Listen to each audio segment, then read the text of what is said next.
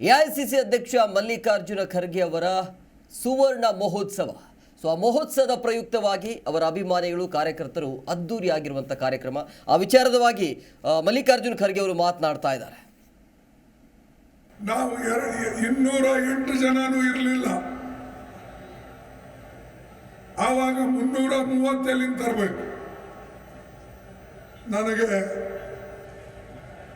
ಸೋನಿಯಾ ಗಾಂಧಿ ಅವರು ಹೇಳಿದರು, ನೀವೆಲ್ಲರ ಜೊತೆಯಲ್ಲಿ ಮಾತಾಡಿ, ಅವರ ಫ್ಲೋರ್ ಲೀಡರ್ಸ್ ಜೊತೆಯಲ್ಲಿ ಮಾತಾಡಿ, ಆಮೇಲೆ ನನಗೆ ಬಂದು ಹೇಳಿ ಅಂತ ಹೇಳಿದರು. ಆವಾಗ ನಾನು ಮಂತ್ರಿನೂ ಕೂಡ ಇದ್ದೆ, ಸ್ವಲ್ಪ ಆಕ್ಸಸ್ ಇತ್ತು ಹೋಗೋಕ್ಕೆ ಬರೋಕ್ಕೆ. ನಾನು ಪುನಃ ಸೋನಿಯಾ ಗಾಂಧಿಯವರ ಹತ್ರ ಹೋಗಿ ಹೇಳಿದೆ, ಇಷ್ಟು ಜನರ ಜೊತೆ ಮಾತಾಡಿದ್ದೀನಿ, ಇಂಥ ಒಬ್ಬಿಬ್ಬರ ಜೊತೆಯಲ್ಲಿ ಮಾತಾಡೋಕ್ಕಾಗಲಿಲ್ಲ, ದಯವಿಟ್ಟು ನೀವು ಮಾತಾಡಿ ಅಂತ ಹೇಳಿದೆ. ಆವಾಗ ಅವರು ಮಾತಾಡಿದ್ರು, ಒಂದಿಬ್ಬರು ಮೂವರ ಜೊತೆ ದೊಡ್ಡ ಪಾರ್ಟಿಗಳಿದ್ದು. ಅವನು ಹೇಗೆ TMC ಪಾರ್ಟಿ ಇತ್ತು, ಮುಲಾಯಂ ಸಿಂಗ್ ಪಾರ್ಟಿ ಇದ್ದು, ಇಲ್ಲಿ MP ಗಳು ಜಾಸ್ತಿ ಇದ್ದರು, ಆಮೇಲೆ DMK ಇತ್ತು. ಆವಾಗ ನಾನು ಅವ್ರ ಎದುರು ಕೂತು ಎಲ್ಲ ಲೀಡರ್ಗಳಿಗೆ ಫೋನ್ ಮಾಡಿಸಿದೆ. ನಮ್ಮ ದೈವ ಚೆನ್ನಾಗಿತ್ತು, ಹೈದರಾಬಾದ್ ಕರ್ನಾಟಕದ್ದು, ಕಲ್ಯಾಣ ಕರ್ನಾಟಕದ್ದು, ಅವರೆಲ್ಲರೂ ಆರ್ಟಿಕಲ್ 371Jಗೆ ಒಮ್ಮತದಿಂದ ಒಂದು ಓಟು ಹೋಗಲಾರ್ದಂಗೆ ಸದನದಲ್ಲಿ ಎಷ್ಟು ಜನ 404 ಜನ ಇದ್ರು, ಎಲ್ಲರೂ ಕೂಡ ನಮಗೆ ಓಟ್ ಕೊಟ್ಟರು.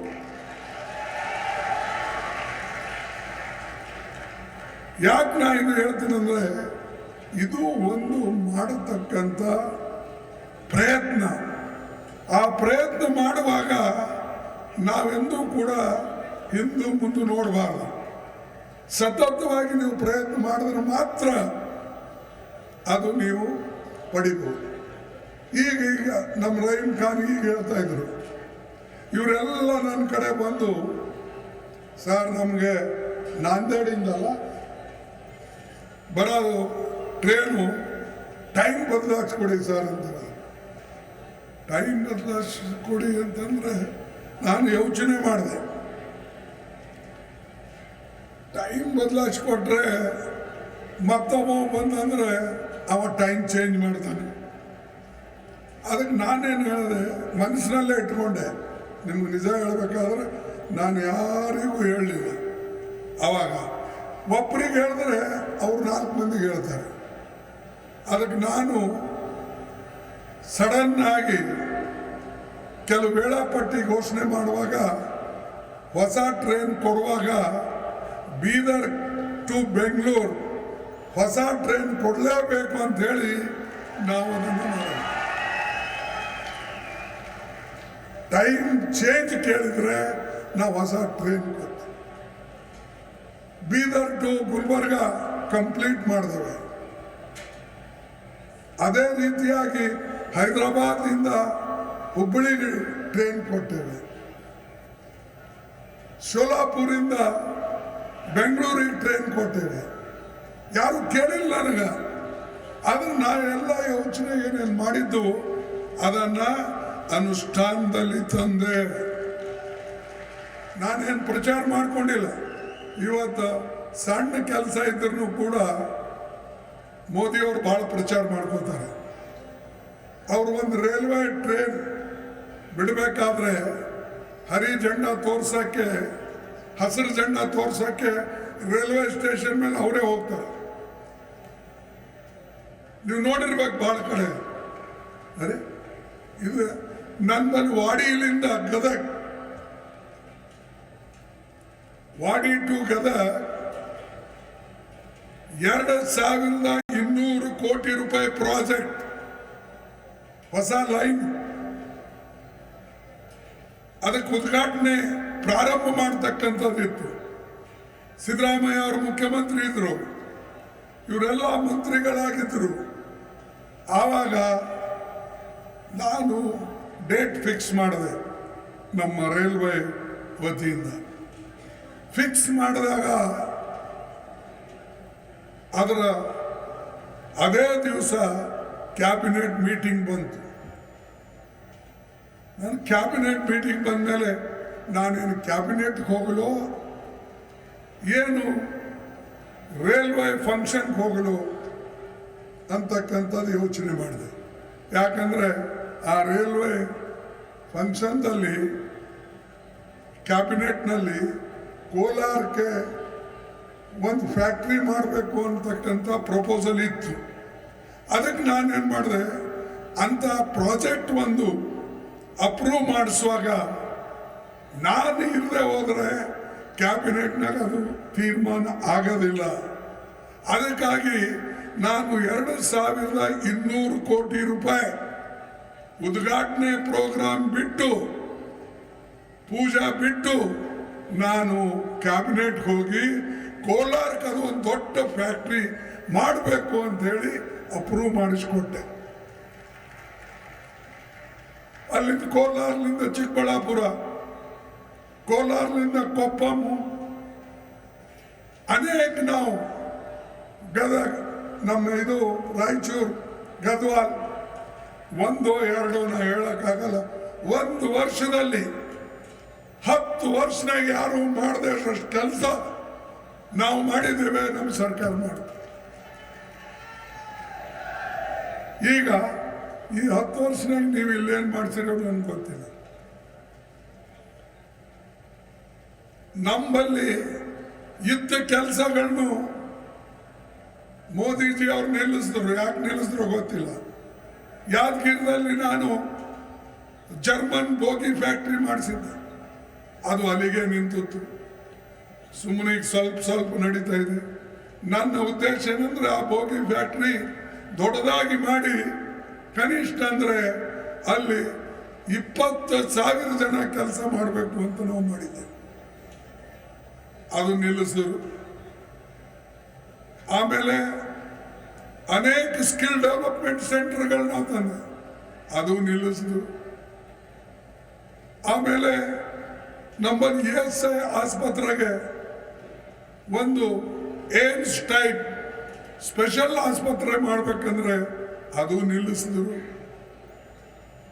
ನಾವು ಯಾವುದೇ ಕೇಳಿದ್ರು ಕೂಡ ಅದಕ್ಕೆ ನಿಲ್ಲಿಸೋ ಕೆಲಸ ಅವ್ರು ಮಾಡ್ತಾರೆ. ಮೊನ್ನೆ ನನಗೆ ಭೇಟಿಯಾಗಿದ್ರು. ನಾವು ಅವರು ಒಂದು ಕಡೆನೆ ಚೇರ್ಮನ್ ರಾಜ್ಯಸಭಾ ಅವ್ರ ಜೊತೆಯಲ್ಲಿ ಅವ್ರ ರೂಮ್ನಲ್ಲಿ ಟೀ ಅರೇಂಜ್ ಮಾಡಿದ್ರು. ಅದಕ್ಕೆ ಅವರು ಬಂದಿದ್ರು, ನಾವು ಹೋಗಿದ್ದೇವೆ. ಒಂದು 7-8 ಜನರಿಗೆ ಕರೀತಾರೆ. ನಾನು ಹೇಳಿದೆ, ಮೋದಿಜಿಯವರೇ, ಎಷ್ಟು ಮಂದಿಗೆ ನೀವು ತೊಗೊಳ್ತೀರಿ ನಿಮ್ಮ ಪಾರ್ಟಿಯಲ್ಲಿ? ನಿಮ್ದು ಇನ್ನೂ ಹೊಟ್ಟೆ ತುಂಬಿಲ್ಲ ಅಂತ ಕೇಳಿದೆ. ಯಾಕಂದರೆ ಪಾಪ ದೇವೇಗೌಡಿಗೆ 91 ವರ್ಷ ಆಗ್ಯದ ಈಗ. ಅಂಥವ್ರಿನ್ನೂ ಬಿಡಲಿಲ್ಲ. ಪಾಪ ಅವ್ರು ಸೆಕ್ಯುಲರ್ ಇದ್ದೀನಿ ನಾ ಸೆಕ್ಯುಲರ್ ಇದ್ದೀನಿ ಅಂತ ಹೇಳ್ತಿದ್ರು. ಅವ್ರಿಗೂ ನೀವು ಬಿಡಲಿಲ್ಲ.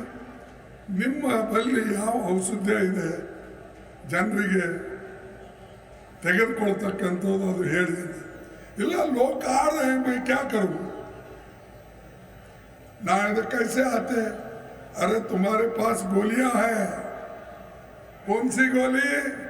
ईडी की गोली,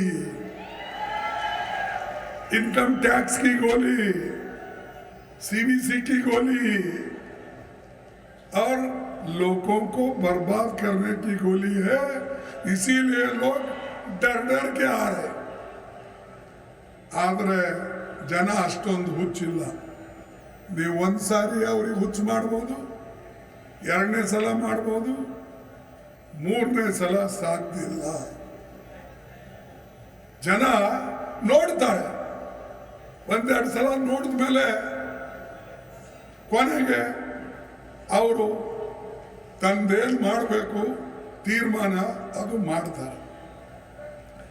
ಅದಕ್ಕಾಗಿ ನಾವು ವಿಶೇಷವಾಗಿ ಇವತ್ತು ನನ್ನ ಅಭಿನಂದನಾ ಸಮಾರಂಭದಲ್ಲಿ ನೀವು ಇಟ್ಕೊಂಡಿದ್ರಿ, ನನಗೆ ಗೊತ್ತಿಲ್ಲ, 17 ಸಂಘಟನೆಗಳು, 4-5 MLAಗಳು MLCಗಳು ಸೇರಿ ನಾ ತಿಳ್ಕೊಂಡು 17 ಸಂಘಟನೆ ಅಂದರೆ ಒಬ್ಬೊಬ್ಬರು 5,000 ಜನ ಬಂದ್ರು ಇದೆಲ್ಲ ತುಂಬ ತುಳುತ್ತಿತ್ತೇನೋ ಅಂತ ನನಗೆ ಅನಿಸ್ತದೆ.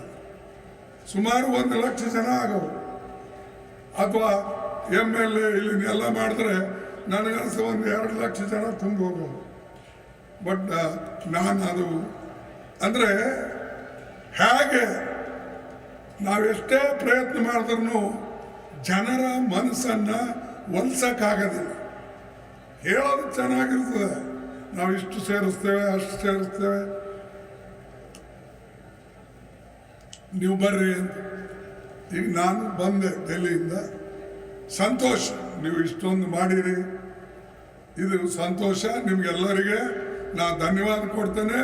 17 ಸಂಘಟನೆಗಳಿಗೂ, ಈಶ್ವರ್ ಖಂಡ್ರೆ, ರಾಜಶೇಖರ್, ಎಲ್ಲರೂ MLAಗಳು, ರಹೀಂ ಖಾನು, ಎಲ್ಲ DCC ಪ್ರೆಸಿಡೆಂಟ್ರು, ಎಲ್ಲರಿಗೂ ಕೂಡ ನಾನು ನನ್ನ ಹಾರ್ದಿಕ ಅಭಿನಂದನೆಗಳನ್ನು ಸಲ್ಲಿಸ್ತೇನೆ. ಆದರೆ ನಮ್ಮ ಮುಂದೆ 2024 ಗುರಿ ಭಾಳ ದೊಡ್ಡದಿದೆ. ನನಗೆ ನೀವು ಇಲ್ಲಿ ಕರೆಸಿ ಇವತ್ತು ಅಭಿನಂದನಾ ಸಮಾರಂಭ ಮಾಡ್ತಾ ಇದ್ರು, ಅದು ನನಗೆ ಯಾವಾಗ ಸಲ್ತದೆ? ನನ್ನ ಆರ್ಟಿಕಲ್ 371Jಗೆ ಯಾವಾಗ ನೀವು ಮಾನ್ಯತೆ ಕೊಟ್ಟಂಗೆ ಆಗ್ತದೆ ಅಂದರೆ ಬರ್ತಕ್ಕಂಥ 2024 ಚುನಾವಣೆಯಲ್ಲಿ ನೀವು ಜೈಬೇರಿ ಹೊಡೆದು ಬಂದರೆ ಅದು ನಮ್ಗೆ ಆನಂದ. ಏನಾದರೂ ಪ್ರೋತ್ಸಾಹ ಬೇಕಲ್ಲ, ಇಲ್ಲ ನಾವು ಮಾಡ್ಕೋತ ಹೋಗೋದು, ನೀವು ಮರ್ಕೊಂಡು ಹೋಗೋದು, ಮರೆತು ಬಿಡೋದು, ನೀವು ಮರೆಯೋದು, ನಾವು ಹಂಗೆ ಮಾಡ್ಕೋತ ಹೋಗೋದು. ಈಗೆಲ್ಲ ಏನೇನು ಮಾಡಿದೆವೋ ಹೇಳೋಕ್ಕಾಗಲ್ಲ. ನನ್ನ 53 ವರ್ಷ ಆಯ್ತಿದ್ದು ನಡೆದಿದೆ, 53 ಇಯರ್ಸ್. ನಾನು ಫಸ್ಟ್ ಜನವರಿ 72ರಲ್ಲಿ ನಾನು ಮತ್ತು ಧರ್ಮ್ ಸಿಂಗ್ ಅವ್ರ ಜೊತೆಯಲ್ಲಿ ಆರಿಸಿ ಬಂದಿದೆ. ಈಗ ಇದು 53ನೇ ವರ್ಷ ನಡೆದಿದೆ. ಜನವರಿ 1ಕ್ಕೆ ನಮ್ಮದು 52 ಮುಗೀತು. ನಾನು ಈ ಮಾತು ಯಾಕೆ ಹೇಳ್ತೀನಿ ಅಂದರೆ, ಇಷ್ಟೊಂದು ದೀರ್ಘಕಾಲ ನಾವು ಸೇವೆ ಕೈಲಾದಷ್ಟು ಮಾಡಿದ್ದೇವೆ. ಆದರೆ ನನ್ನ ಇಚ್ಛೆ ಏನಂದರೆ, ಯಾವ ತತ್ವದ ಮೇಲೆ ನಿಮ್ಮ ನಂಬಿಕೆ ಇದೆ ಆ ತತ್ವಕ್ಕೆ ನೀವು ಬೆಂಬಲ ಕೊಡಬೇಕು. ಇವತ್ತು ಎಲ್ಲ ಕಡೆ BJP, RSS, ಅರೆ ಯಾರು ಕಾಂಗ್ರೆಸ್ನಲ್ಲಿ ಇದ್ದು ಕಾಂಗ್ರೆಸ್ನಲ್ಲಿ ಲಾಭ ಪಡ್ಕೊಂಡು ಕಾಂಗ್ರೆಸ್ನಿಂದ ಮಂತ್ರಿ, ಮುಖ್ಯಮಂತ್ರಿ ಆದವರೇ ಓಡೋಡಿ ಹೋಗ್ತಾ ಇದ್ದಾರೆ. ಯಾರು ಎದುರಿಸ್ತಾ ಇದ್ದಾರೆ? ಅವರಿಗೆ ಇಡೀ ಎದುರಿಸ್ತಾ ಇದೆ. ಜಿ ಕನ್ನಡ ನ್ಯೂಸ್ ಈಗ ನಿಮ್ಮ ಮನೆಯಲ್ಲೇ ನೋಡಿ. ಎಲ್ಲ ಕೇಬಲ್ಗಳಲ್ಲಿ ಈಗ ಲಭ್ಯ. Sun Direct 292, Jio TV 1334, U Digital 162, City Cable 51, GTPL 17, Abhishek cables 821, Rock Line telecommunication 51, Shri Basaveshwara number 60, Vinayaka digital number 53, in digital number 896ರಲ್ಲಿ. ನಿಮ್ಮಿಸ್ತದ ಜಿ ಕನ್ನಡ ನ್ಯೂಸ್ ನೋಡಿ ಆನಂದಿಸಿ.